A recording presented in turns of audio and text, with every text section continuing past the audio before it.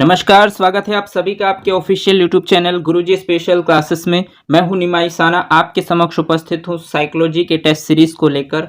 Students, आज की class में हम सॉल्व करने वाले हैं टेस्ट सीरीज नंबर 10 को, जिसके अंतर्गत हम देखेंगे और जानेंगे, समझने की कोशिश करेंगे कि किस तरीके के प्रश्न हमारे सुपर टेट एग्जाम्स में पूछे जाते हैं और हमें कौन कौन से पोर्शंस में रिवीजन की आवश्यकता है। तो चलिए शुरू करते हैं आज की क्लास और जानते हैं आज की क्लास का पहला क्वेश्चन। और इस प्रैक्टिस सेट सीरीज का 181 यानी 181वां क्वेश्चन आपकी स्क्रीन पर है।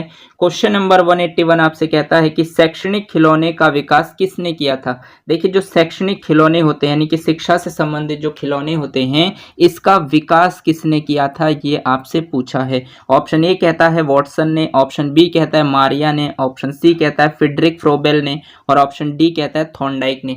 तो आपको बताना है कि शैक्षणिक खिलौने का विकास जो है वो किसने किया था।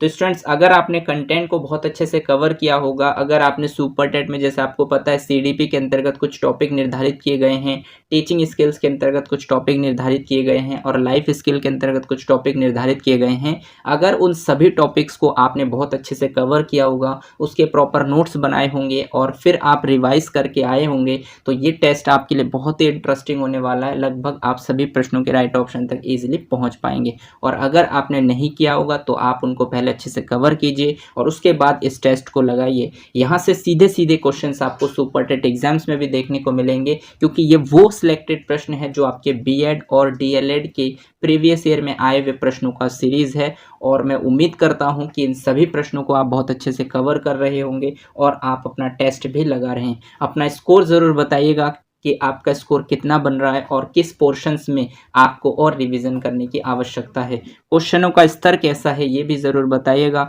उम्मीद करता हूं कि क्वेश्चंस के राइट ऑप्शन तक आप इजीली पहुंच पाए होंगे, क्योंकि जो शैक्षणिक खिलौने होते हैं यानी कि शिक्षा संबंधित जो खिलौने होते हैं, इसका विकास करने वाले आपके फ्रेडरिक फ्रोबेल साहब है। आपको पता होगा कि टीचिंग स्किल के अंतर्गत हमने कुछ शिक्षण कौशल और शिक्षण की विधियों को पढ़ा है, जिसके अंतर्गत आप एक विधि पढ़ते हैं खेल विधि और दूसरा आप पढ़ते हैं किंडरगार्टन विधि। तो किंडरगार्टन विधि के जो प्रवर्तक हैं वो आपके फ्रोबेल साहब है, जिन्होंने खिलौने का विकास किया था। यानी कि उनका सिद्धांत ये था कि बच्चों को खेल खेल में शिक्षाएं दी जाए। लेकिन जो खेल विधि है वो आपके कॉल्डवेल कुक साहब है। इनको भी मैंने आपको डिटेल में बताया है। उम्मीद करता हूं कि आपने क्लासेस अच्छे से किए होंगे तो आप इजीली क्वेश्चंस के राइट ऑप्शन तक पहुंच पाए होंगे।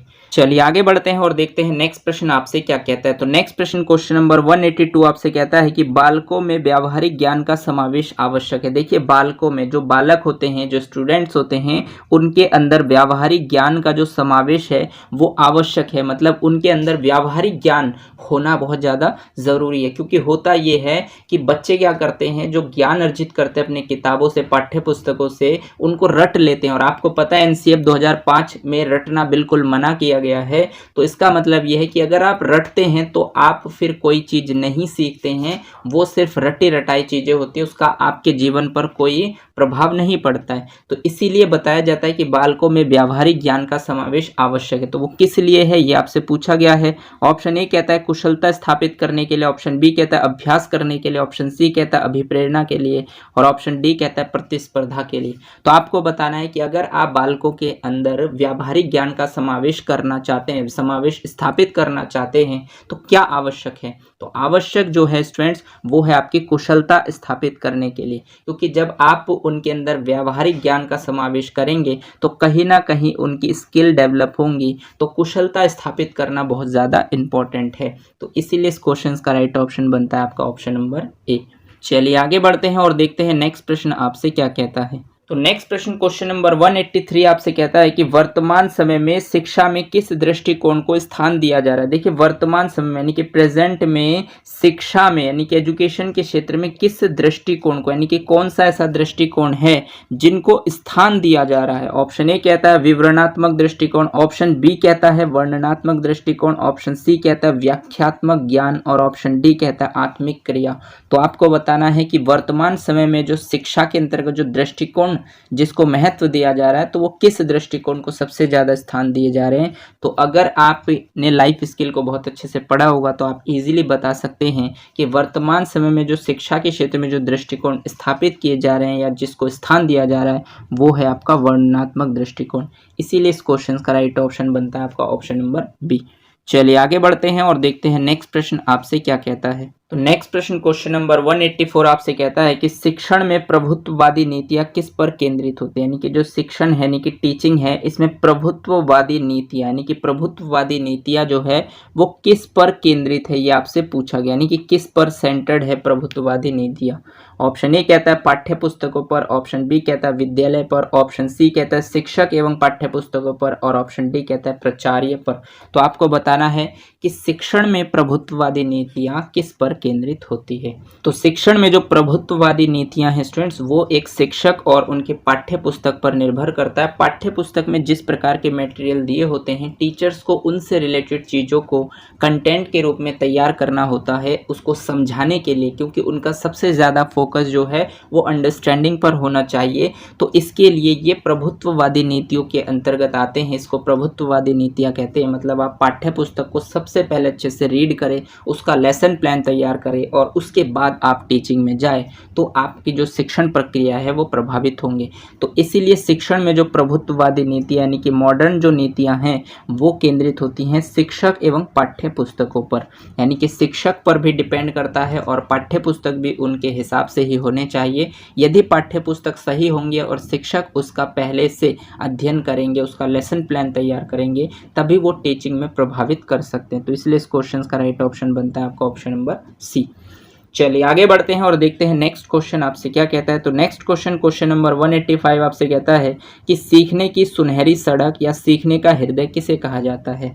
ऑप्शन ए कहता है संवेग को, ऑप्शन बी कहता है अभिप्रेरणा को, ऑप्शन सी कहता है नैतिकता को, और ऑप्शन डी कहता है बुद्धि को।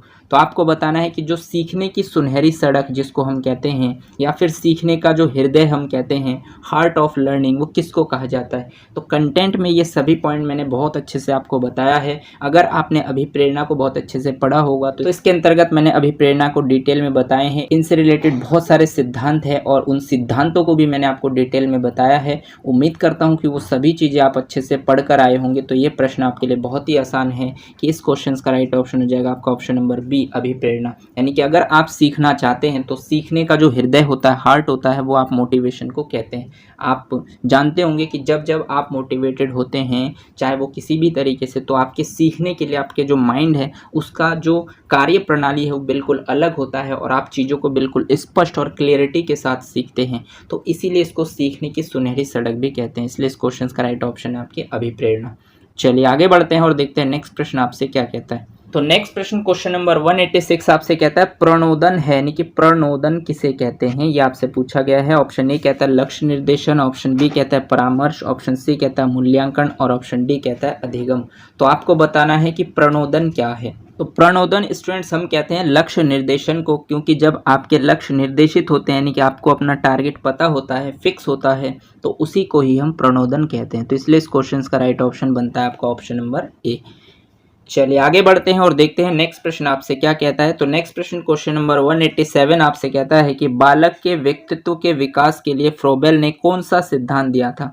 देखिए, बालक के व्यक्तित्व के विकास के लिए यानी कि पर्सनैलिटी के डेवलपमेंट के लिए फ्रोबेल साहब ने कौन सा सिद्धांत दिया था, ये आपसे पूछा गया है। ऑप्शन ए कहता है अभिप्रेरणा सिद्धांत, ऑप्शन बी कहता है सीखने का सिद्धांत, ऑप्शन सी कहता है आत्मक्रिया का सिद्धांत, और ऑप्शन डी कहता है इनमें से कोई नहीं। तो आपको बताना है कि बालक के व्यक्तित्व के विकास के लिए फ्रोबेल साहब ने कौन सा सिद्धांत प्रतिपादित किया है। तो स्टूडेंट्स, आपने देखा होगा कि जहां पर भी हमने अभिप्रेरणा को पढ़े हैं वहां पर कहीं पर भी आपने फ्रोबेल को नहीं पढ़ा होगा। अभिप्रेरणा के हमने बहुत सारे सिद्धांत डिस्कस किए हैं जिसमें फ्रोबेल का कोई सिद्धांत नहीं आता, इसलिए ये तो नहीं हो सकता। और सीखने संबंधित भी आपने फ्रोबेल को कहीं पर भी नहीं पढ़ा। जो अधिगम के सिद्धांत होते हैं मैंने आपको व्यवहारवादी और गेस्टल्टवादियों के अंतर्गत बताए हैं, वहां पर भी आपने कहीं पर भी नहीं पढ़ा होगा। तो इसका मतलब जो है आपका बचा वो ऑप्शन सी है, आत्मक्रिया का सिद्धांत, क्योंकि फ्रोबेल साहब ने बालक के व्यक्तित्व के विकास के लिए आत्मक्रिया का सिद्धांत दिया है। इसलिए इस क्वेश्चन का राइट ऑप्शन बनता है आपका ऑप्शन नंबर सी। चलिए आगे बढ़ते हैं और देखते हैं नेक्स्ट प्रश्न आपसे क्या कहता है। तो नेक्स्ट प्रश्न क्वेश्चन नंबर 188 आपसे कहता है कि मानवीय मूल्य क्या होते हैं। देखिए, मानवीय मूल्य यानी ह्यूमन वैल्यूज क्या होते हैं, ये आपसे पूछा गया। ऑप्शन ए कहता है मान, ऑप्शन बी कहता है आदर्श, ऑप्शन सी कहता है मूल्य, और ऑप्शन डी कहता है ये सभी। तो मानवीय मूल्य होते क्या हैं, ये आपसे पूछा गया। तो मानवीय मूल्य का मतलब होता है स्टूडेंट्स, मूल्य मतलब वैल्यू, और वैल्यू को हम मान भी कहते हैं। तो इसका मतलब ये भी होता है आदर्श, यानी कि आदर्श, आप कोई आइडियल, आपकी कुछ वैल्यू है उसको आप स्थापित करते हैं तो इसको आदर्श भी कहते हैं। और मूल्य मीन्स आपका मूल्य भी होता है, यानी वैल्यू। तो कहीं ना कहीं ये सभी इस क्वेश्चन का राइट ऑप्शन है, क्योंकि यही सभी यानी मान, आदर्श, मूल्य, इन सभी को हम मानवीय मूल्य कहते हैं। यानी कि ह्यूमन के वैल्यूज़ के अंतर्गत हम मान को रखते हैं, आदर्श को स्थापित करते हैं या मूल्य को स्थापित करते हैं। तो ये सभी चीज़ें आपके मानवीय मूल्य के ही पार्ट होते हैं। चलिए आगे बढ़ते हैं और देखते हैं नेक्स्ट प्रश्न आपसे क्या कहता है। तो नेक्स्ट प्रश्न क्वेश्चन नंबर 189 आपसे कहता है कि पुरस्कार एक उद्देश्य छात्रों में किस भावना को पैदा करना है। यानी पुरस्कार का एक उद्देश्य, यानी कि जो आप पुरस्कार देते हैं तो इसका जो उद्देश्य है वो छात्रों में किस भावना को पैदा करता है, यानी कि छात्रों में वो कौन सी भावना है जिसको पैदा करता है पुरस्कार। ऑप्शन ए कहता है दंड, ऑप्शन बी कहता है प्रतिस्पर्धा, ऑप्शन सी कहता है क्रोध, और ऑप्शन डी कहता है प्रेम। तो आपको बताना है कि जो पुरस्कार है उसका जो उद्देश्य होता है वो छात्रों में किस प्रकार की भावना को पैदा करता है। तो पुरस्कार कभी भी दंड की भावना को पैदा नहीं करता, ना ही क्रोध की भावना को करता है, और ना ही प्रेम की भावना को। ये एक तरीके से अगर हम सकारात्मक रूप से देखें तो प्रतिस्पर्धा यानी कंपटीशन की भावना को पैदा करता है। तो इसीलिए पुरस्कार आप बच्चों को देते हैं ताकि बच्चों के अंदर खुद से प्रतिस्पर्धा हो और वो बच्चा ये सोचे कि मैं भी इस बार मेहनत करूंगा और इस पुरस्कार को प्राप्त करूंगा या आगे पुरस्कार को मैं प्राप्त करूंगा। तो कहीं ना कहीं पुरस्कार का जो उद्देश्य होता है वो छात्रों में प्रतिस्पर्धा की भावना को पैदा करने के लिए दिए जाते हैं। उम्मीद करता हूं कि आप भी क्वेश्चंस के राइट ऑप्शन तक इजीली पहुंच पा रहे हैं।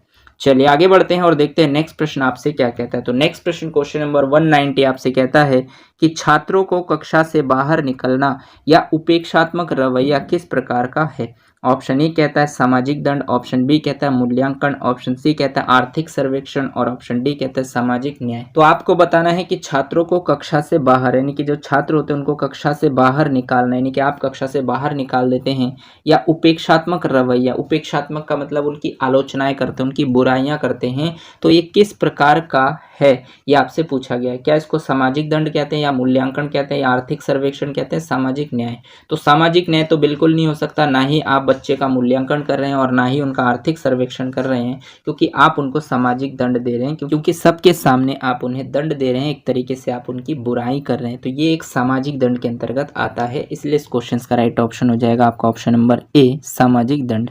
चलिए आगे बढ़ते हैं और देखते हैं नेक्स्ट प्रश्न आपसे क्या कहता है। तो नेक्स्ट प्रश्न क्वेश्चन नंबर 191 आपसे कहता है कि वह कौन सा कौशल है जो हमारी भावनाओं, आवश्यकताओं, इच्छा और विचारों के सुस्पष्ट तथा विश्वासपूर्ण संप्रेषण में सहायक होता है। यानी कि वो कौन सा कौशल है, यानी कि वो कौन सी स्किल है जो हमारी भावनाओं को, इमोशंस को, आवश्यकता यानी नीड को, इच्छा तथा विचारों को सुस्पष्ट यानी क्लियर और विश्वासपूर्ण संप्रेषण में सहायक होते हैं। तो वो कौन सा कौशल होता है। ऑप्शन ए कहता है आग्रहिता, ऑप्शन बी कहता है संवेग, ऑप्शन सी कहता है संप्रेषण, और ऑप्शन डी कहता है नैतिकता।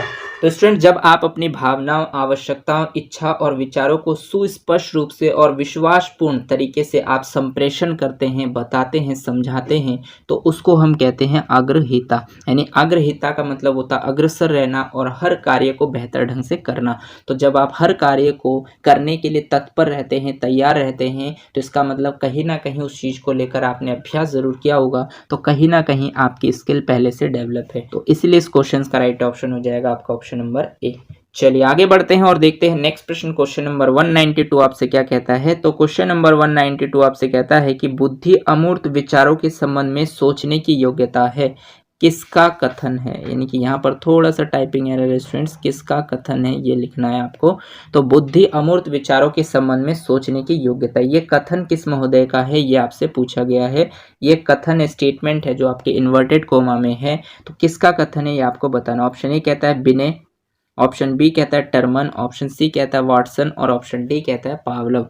तो आपको बताना है कि बुद्धि अमूर्त विचारों के संबंध में सोचने की जो योग्यता है, ये आपका जो कथन है स्टूडेंट्स वो आपके टर्मन साहब का है। क्योंकि टर्मन साहब ने ही बुद्धि से रिलेटेड बुद्धि लब्धि यानी कि IQ जो होता है आपका इंटेलिजेंट क्वेश्चन, इसका जो फॉर्मूला है वो भी आपके टर्मन साहब के द्वारा ही दिए गए हैं। IQ बराबर होता है आपका MA यानी मेंटल एज बटे CA क्रोनोलॉजिकल एज इंटू में 100।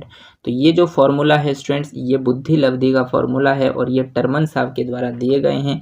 बुद्धि से रिलेटेड परीक्षण आपके बिने साहब के द्वारा किए गए थे, लेकिन बुद्धि लब्धि शब्द का सर्वप्रथम प्रयोग जो है वो आपके स्टर्न महोदय के द्वारा दिया गया था, जिन्होंने IQ बराबर MA बटे C ये बताया था, जो फॉर्मूला गलत था। और इस फॉर्मूले को कंप्लीट किया टर्मन साहब ने MA बटे C इंटू में 100 करके, तो इसलिए इनको बुद्धि लब्धि के जनक मानते हैं। और इन्होंने ही स्टेटमेंट दिया था कि जो बुद्धि होता है वो अमूर्त विचारों के संबंध में, यानी कि जो विचार आपके अमूर्त होते हैं, जिनके बारे में आपने पहले कभी नहीं देखा ना सोचा, यानी कि ऐसी चीज़ें जिनको आप नहीं देखते और उनके बारे में आप सोचने की योग्यता रखते हैं, तो इसको बुद्धि कहा जाता है। और ये कथन आपके टर्मन साहब का है।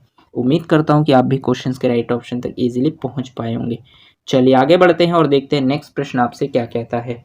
तो नेक्स्ट प्रश्न क्वेश्चन नंबर 193 आपसे कहता है कि अभिप्रेरणा का अर्थ क्या है। देखिए मोटिवेशन का क्या अर्थ है ये आपसे पूछा गया है। तो ऑप्शन ए कहता है लक्ष्य उन्मुख व्यवहार को सक्रिय करना, ऑप्शन बी कहता है भावनाओं को दबाना, ऑप्शन सी कहता है प्रतिरोध करना और ऑप्शन डी कहता है पश्चाताप करना। तो अगर आप अपनी भावनाओं को दबाते हैं तो ये नेगेटिव माना जाएगा, प्रतिरोध करना ये भी नेगेटिव है और पश्चाताप करना ये भी नेगेटिव है, क्योंकि अभिप्रेरणा का अर्थ होता है लक्ष्य उन्मुख व्यवहार को सक्रिय करना, यानी कि जो आपके टारगेट है उसके लिए आप उस व्यवहार को करने के लिए तैयार रहते हैं, हमेशा एक्टिव रहते हैं, सक्रिय रहते हैं, तो उसी को ही हम अभिप्रेरणा कहते हैं। और जब जब आप मोटिवेट होते हैं तो आपकी जो कार्य करने की गति है वो किसी भी फील्ड में वो बढ़ जाती है। तो कहीं ना कहीं आपको गति प्रदान करना ही मोटिवेशन है और ये इसका शाब्दिक अर्थ भी है, इसलिए इस क्वेश्चन का राइट ऑप्शन बनता है आपका ऑप्शन नंबर ए। चलिए आगे बढ़ते हैं और देखते हैं नेक्स्ट प्रश्न आपसे क्या कहता है। तो नेक्स्ट प्रश्न क्वेश्चन नंबर 194 आपसे कहता है कि भूख, प्यास, डर आदि किस तरह की अभिप्रेरणा। देखिए भूख अगर आपको लगती है तो वो किस प्रकार की अभिप्रेरणा है, प्यास अगर आपको लगती है तो किस प्रकार की अभिप्रेरणा, और अगर आप डरते हैं तो वो किस प्रकार की अभिप्रेरणा है। क्या वो प्राकृतिक अभिप्रेरणा है या बाह्य अभिप्रेरणा है या फिर जन्मजात है या फिर वंशानुक्रम है, ये किस प्रकार की अभिप्रेरणा है ये आपसे पूछा गया है। तो स्टूडेंट्स भूख, प्यास और जो डर होते हैं ना तो प्राकृतिक होते हैं और ना ही आपके बाह्य होते हैं, क्योंकि डरा तो मैं बाहर से भी आपको सकता हूँ लेकिन भूख और प्यास आपको बाहर से नहीं लगा सकता, तो इसलिए ये भी नहीं हो सकता। और वंशानुक्रम भी नहीं होता, क्योंकि भूख, प्यास, डर ये सभी आपकी जन्मजात होती है, इसलिए इस क्वेश्चन का राइट ऑप्शन हो जाएगा आपका ऑप्शन नंबर सी। उम्मीद करता हूं कि आप भी क्वेश्चंस के राइट ऑप्शन तक इजीली पहुंच पाए होंगे। चलिए आगे बढ़ते हैं और देखते हैं नेक्स्ट प्रश्न आपसे क्या कहता है। तो नेक्स्ट प्रश्न क्वेश्चन नंबर 195 आपसे कहता है कि मूर्त बुद्धि से क्या तात्पर्य, यानी कि जो मूर्त बुद्धि का मतलब है स्टूडेंट्स की जो चीज़ें आप, मूर्त का मतलब होता है जिसको आप देख सकते हैं, छू सकते हैं, पकड़ सकते हैं, ऐसी चीज़ों से रिलेटेड जो बुद्धि है उसका क्या तात्पर्य। ऑप्शन ए कहता है मानसिक तनाव में रहना, ऑप्शन बी कहता है मानसिक क्षमता, ऑप्शन सी कहता है बाह्य बल और ऑप्शन डी कहता है लैंगिक समस्या। तो आपको बताना है कि जो मूर्त बुद्धि है उसका तात्पर्य किससे है। तो अगर आप देखेंगे तो लैंगिक समस्या तो बिल्कुल नहीं हो सकता और मूर्त बुद्धि का तात्पर्य बाह्य बल से भी नहीं होता और ना ही मानसिक तनाव में रहना, ये तीनों ही ऑप्शन नेगेटिव है, क्योंकि मूर्त बुद्धि का मतलब होता है मानसिक क्षमता, इसलिए इस क्वेश्चन का राइट ऑप्शन हो जाएगा आपका मेंटल पावर यानी मानसिक क्षमता यानी ऑप्शन नंबर बी। चलिए आगे बढ़ते हैं और देखते हैं नेक्स्ट प्रश्न आपसे क्या कहता है। तो नेक्स्ट प्रश्न आपसे कहता है स्टूडेंट्स क्वेश्चन नंबर 196 कि किस विद्वान ने इस बात को प्रमाणित किया कि शिक्षक और अभिभावक प्रेम पूर्वक व्यवहार करे तो बालक उनके व्यवहार का अनुकरण भली भांति सीख जाता है। यानी कि वो कौन सा विद्वान है जिन्होंने इस बात को प्रूफ किया है, प्रमाणित किया है कि जो शिक्षक होते हैं, टीचर होते हैं और जो अभिभावक होते हैं यानी कि पेरेंट्स होते हैं, वो यदि प्रेम पूर्वक व्यवहार करते हैं तो जो बालक होता है उनके व्यवहार का अनुकरण करते हैं, यानी कि उसको दोहराते हैं। तो ये अनुकरण जो है वो भली भांति सीख जाते हैं। स्टेटमेंट किसका, ऑप्शन ए कहता है स्किनर का, ऑप्शन बी कहता है मारिया मॉन्टेसरी का, ऑप्शन सी कहता है यूंग का है और ऑप्शन डी कहता है सीयर्स का।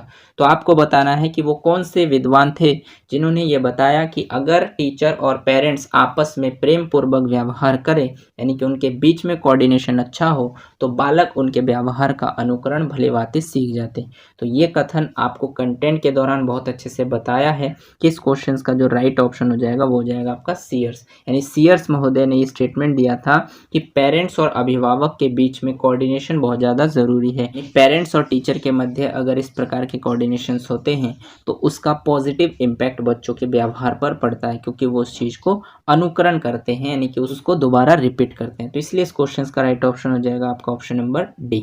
चलिए आगे बढ़ते हैं और देखते हैं नेक्स्ट प्रश्न आपसे क्या कहता है। तो नेक्स्ट प्रश्न क्वेश्चन नंबर 197 आपसे कहता है कि शिक्षकों द्वारा अभिभावक के पास छात्रों की मासिक रिपोर्ट भेजने से क्या प्रभाव पड़ता है।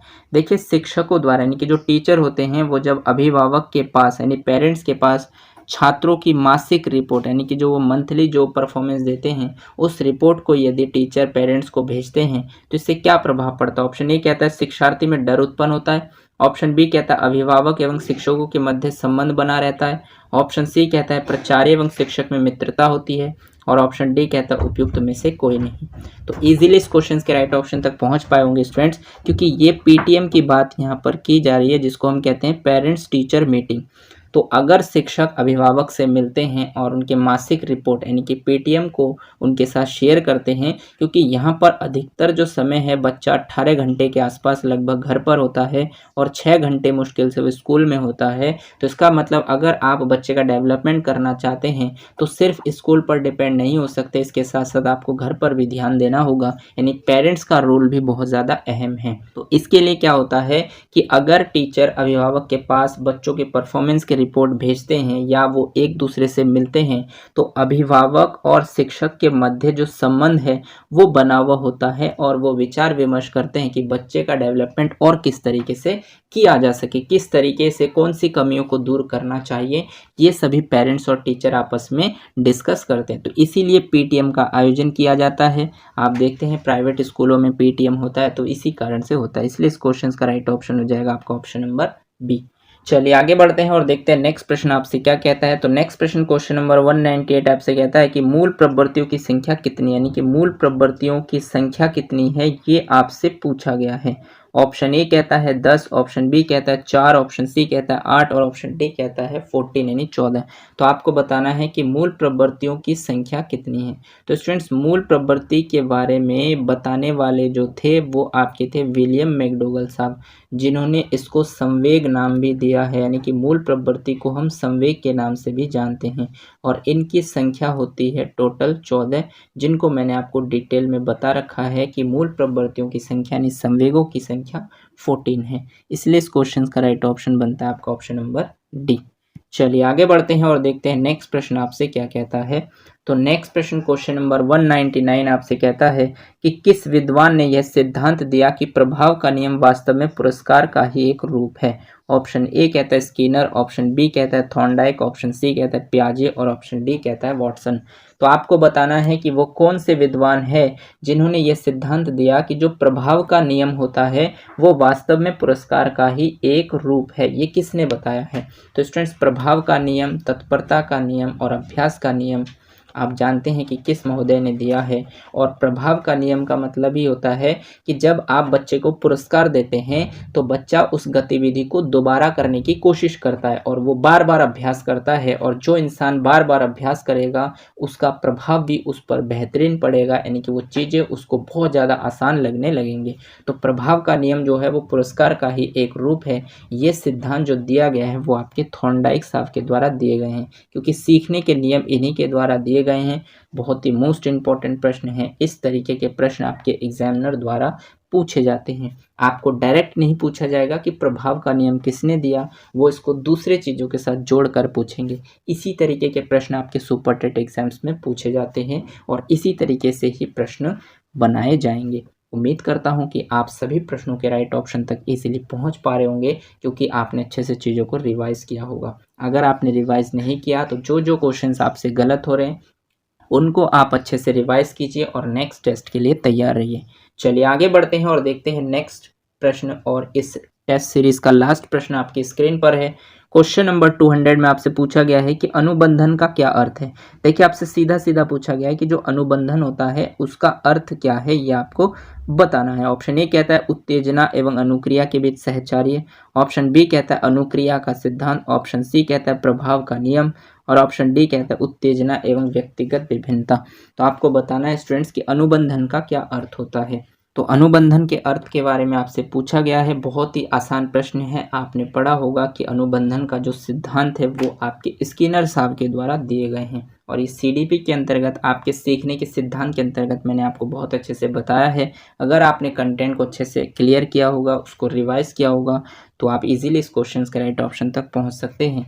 क्योंकि अनुबंधन आपका तभी होता है जब आप किसी चीज़ को देखते हैं, यानी कि आपके सामने स्टिमुलस होता है और उसको देखकर आप अनुक्रिया करते हैं। तो जब जब आप उत्तेजना को देखकर अनुक्रिया करते हैं तो आपके बीच में जो कोऑर्डिनेशन है, वो सहचार्य है, वो यदि पॉजिटिव बनेगा तो आपका अनुबंधन मजबूत होगा। और अगर आप उस जिस चीज़ को देखकर मोटिवेट होते हैं और अगर आप आंतरिक रूप से मोटिवेटेड नहीं होंगे, आप अभ्यास में कमी करेंगे, तो आपका अनुबंधन कमज़ोर होगा, क्योंकि उसमें आपका कोऑर्डिनेशन कम है। तो ये सभी पॉइंट्स मैंने आपको सीखने के सिद्धांत के अंतर्गत बता रखे हैं कि अनुबंधन का जो वास्तविक अर्थ होता है वो उत्तेजना एवं अनुक्रिया के बीच सहचार्य से होता है। इसलिए इस क्वेश्चन का राइट ऑप्शन बनता है आपका ऑप्शन नंबर ए, कि उत्तेजना एवं अनुक्रिया के बीच जब सहचार्य अच्छा होगा, पॉजिटिव होगा, तो आपका अनुबंधन मजबूत होगा, और इसी को ही हम अनुबंधन कहते हैं। इसलिए इस क्वेश्चन का राइट ऑप्शन बनता है आपका ऑप्शन नंबर ए।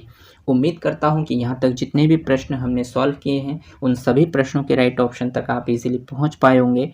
अपना स्कोर ज़रूर कमेंट सेक्शन में बताइएगा, और प्रश्नों का लेवल किस तरीके का रहा है वो भी ज़रूर बताइए। अपना फीडबैक ज़रूर दीजिए, ताकि मुझे रियलाइज़ हो पाए कि मैं आपके लिए कुछ अच्छा कर पा रहा हूँ या फिर नहीं, कहाँ पर मुझे सुधार करने की आवश्यकता है। ये सभी चीज़ें आपके फीडबैक से ही मुझे पता चल पाते हैं। इसलिए ज़रूर कमेंट कीजिएगा और अपना असेसमेंट ज़रूर कीजिए कि आपके कितने प्रश्न गलत गए और कितने प्रश्न सही गए हैं। कौन से पोर्शंस में जो क्वेश्चंस आपके गलत गए उसको दोबारा से रिवाइज़ कीजिए, उस टॉपिक को अच्छे से रिवाइज़ कीजिए और नेक्स्ट टेस्ट के लिए तैयार रहिए। चलिए आज के लिए बस इतना ही। अगर आपको ये क्लास अच्छी लगी हो तो इसे लाइक कीजिए, अपने दोस्तों के साथ शेयर कीजिए, और अगर आपने चैनल को सब्सक्राइब नहीं किया है तो आप चैनल को सब्सक्राइब कर लीजिए, बेल आइकन को भी प्रेस कर दीजिए, ताकि इसी तरीके की बेनिफिशियल वीडियो जब भी मैं आपके लिए बनाऊं तो आपको टाइम टू टाइम नोटिफिकेशन मिलते रहें। धन्यवाद। जय हिंद।